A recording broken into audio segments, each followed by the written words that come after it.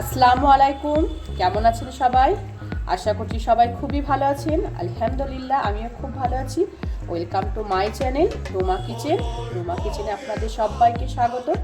আজকে যে রেসিপিটা আমি আপনাদের সঙ্গে শেয়ার করছি সেটা প্রথম থেকে শেষ পর্যন্ত দেখতে থাকুন।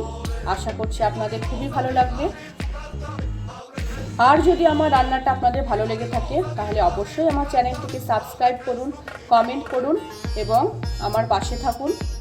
তাহলে দেখতে থাকুন আমার রেসিপিটা। আজকে আমি তৈরি করে আপনাদেরকে দেখাবো মৌরলা মাছের চচ্চড়ি। দেখতেই পাচ্ছেন এখানে আমি 150 গ্রাম মতো মৌরলা মাছ নিয়ে নিয়েছি। এবার আমি এই মাছের মধ্যে সমস্ত উপকরণগুলোকে আমি মিশিয়ে দেব। তাহলে দেখতে থাকুন কীভাবে আমি রান্নাটা করছি মৌরলা মাছের চচ্চড়ি। প্রথমে আমি মাছের মধ্যে দেব পেঁয়াজ কুচি আর একটা আলু আমি এরকমভাবে কেটে নিয়েছি। আর দিয়েছি আমি কাঁচা লঙ্কা। আপনারা আপনাদের পরিমাণ মতো ঝালটা দিয়ে নেবেন।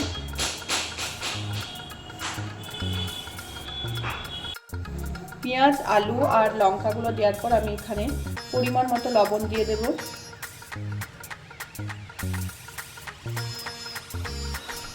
পরিমাণ মতো আমি হলুদের গুঁড়ো দিয়ে দেব। পরিমাণ মতো আমি সরষের তেল দিয়ে দেব।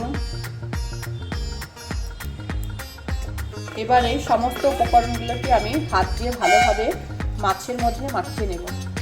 তাহলে কিন্তু মাছটা খেতে খুব সুন্দর লাগবে। আপনারাও কিন্তু ঠিক এরকমভাবে হাত দিয়ে ভালো করে মাখিয়ে নেবেন। মৌরলা মাছের চচ্চড়ি করতে খুব একটা উপকরণ লাগে না, দেখতেই পাচ্ছেন খুবই কম উপকরণ দিয়ে মাছটা তৈরি হয়ে যাবে। দেখতেই পাচ্ছেন মাছগুলোকে আমি পেঁয়াজ আর আলুর সঙ্গে খুব ভালোভাবে মাখিয়ে নিয়েছি। এবার আমি পরিমাণ মতো পানি দিয়ে গ্যাসের মধ্যে চাপিয়ে দেব। এবার আমি মাছের মধ্যে পরিমাণ মতো পানি মিশিয়ে দিচ্ছি।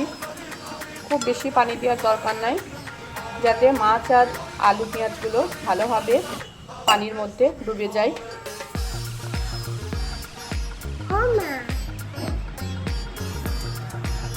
এই পাচ্ছেন আমি কিন্তু পানি দিয়ে দিয়েছি। এবার আমি গ্যাসটা জ্বালিয়ে 10 মিনিট ঢাকা দিয়ে রেখে দেব।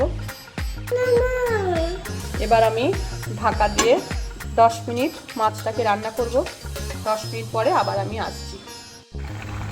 10 মিনিট হয়ে গেছে, আমি ঢাকাটা খুলে দিয়েছি। দেখতে ঠিক এরকম লাগছে, আপনারা দেখতেই পাচ্ছেন। এবার আমি মাছের মধ্যে এরকমভাবে লম্বা লম্বা করে কয়েকটা বেগুন কেটে নিয়েছি। বেগুনগুলো এবার আমি এর মধ্যে দিয়ে দিলাম। এবার আমি দেব একটা টমেটোকে আমি কুচি কুচি করে কেটে দিয়ে দেব মাছের মধ্যে।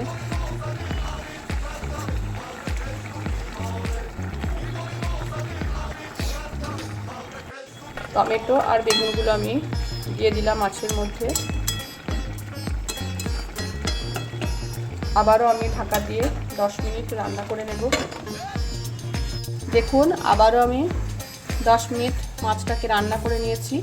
দেখতেই পাচ্ছেন বন্ধুরা, মাছের মধ্যে কিন্তু আর একটুও পানি নেই।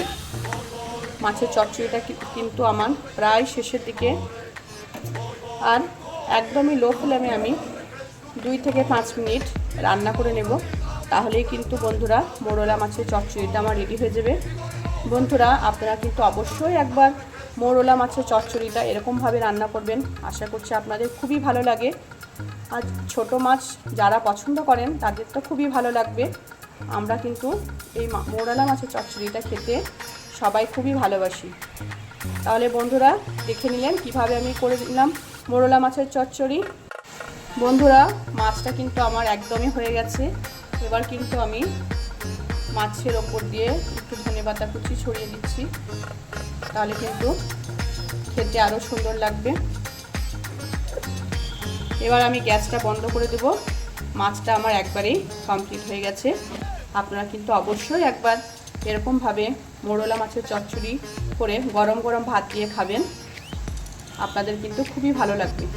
আর আমাকে কিন্তু কমেন্ট করে অবশ্যই জানাবেন যে আমার রেসিপিগুলো আপনাদের কেমন লাগছে। বন্ধুরা আজকে আসছি, আবার কোনো দিন নতুন রেসিপি নিয়ে আপনাদের সামনে হাজির হব।